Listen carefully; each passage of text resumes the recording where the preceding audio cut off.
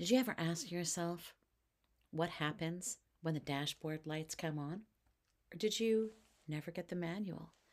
I'm offering the Lost User Manual for the human experience, for human navigation. Okay, let's go. This is our road trip series on the dashboard lights, and I am giving high functioning people permission to stop proving how much they can carry and start asking what the vehicle needs to carry it well. All right, so video 3 here is the fuel light. It's not about weakness when you run out of fuel, it's about capacity. In our last conversation, we explored the compass light and the importance of direction. Knowing where you're headed really matters, of course. A meaningful destination gives shape to our decisions and purpose to our efforts. Direction alone, however, has never been enough. Every journey also depends upon the condition of the vehicle making the trip. All right. Before you go on a road trip, you're going to check the tires. You're going to check what's going on under the hood. You're going to get the vehicle ready to perform. And yet, many times we don't treat our human body, our vehicle, with the same regard and the same sensibility that we would have for a car. One of the more curious assumptions in our culture is that capacity is something that we can negotiate with. We speak as though energy, attention, emotional resilience, creativity, and physical well being are unlimited resources that simply require better discipline. If we're tired, we tell ourselves to push a little harder. If we're overwhelmed, we promise ourselves we'll rest after the next deadline, the next project, the next quarter, the next promotion.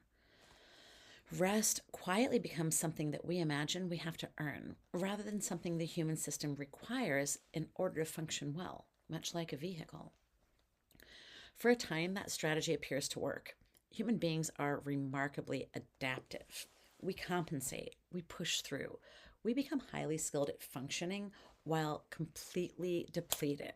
In many professional environments as well, that adaptability and sacrifice is admired. We congratulate people for working through exhaustion, answering emails at midnight, and carrying more responsibility than anyone reasonably should. Somewhere along the way, depletion became confused with dedication. After working with thoughtful, accomplished people for more than 25 years, I've come to believe that many of the individuals who appear the strongest are often carrying the heaviest possible loads. From the outside, they look composed. They continue leading organizations. They continue carrying families, solving difficult problems, and showing up for everyone around them.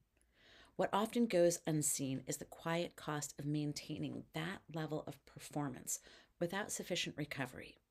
Capacity slowly narrows, patience becomes thinner, creativity becomes less accessible. Decision making becomes more reactive, and relationships begin absorbing pressures that originated somewhere else entirely.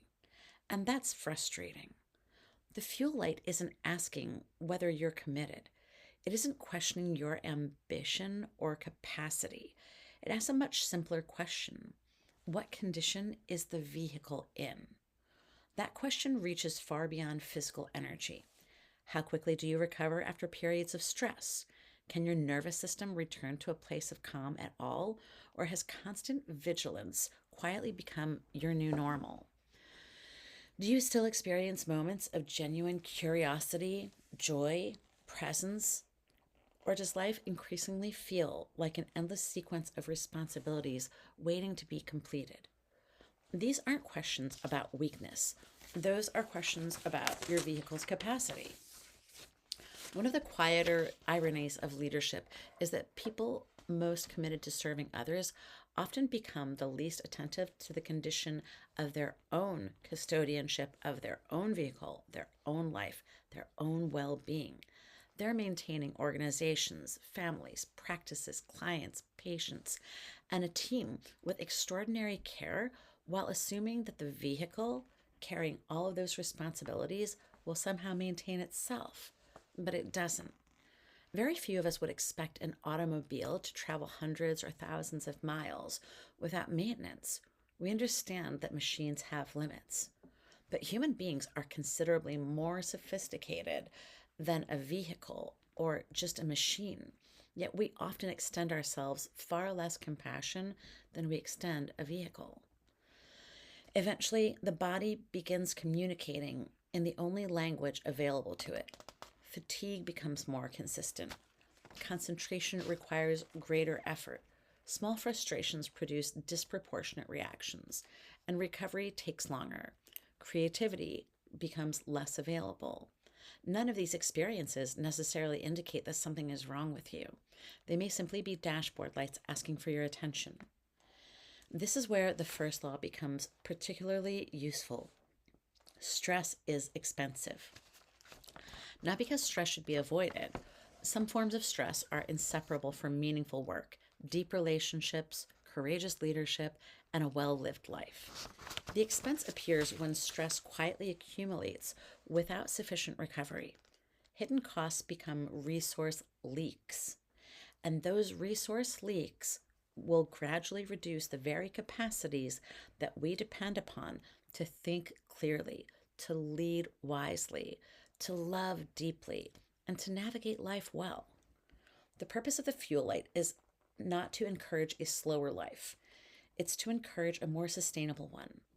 A well maintained vehicle doesn't travel less, it simply travels farther with greater reliability and considerably lower cost. Before we continue to the next dashboard light, I'd like to leave you with 5 questions for reflection. On a scale from 1 to 10, how would you describe your overall capacity right now?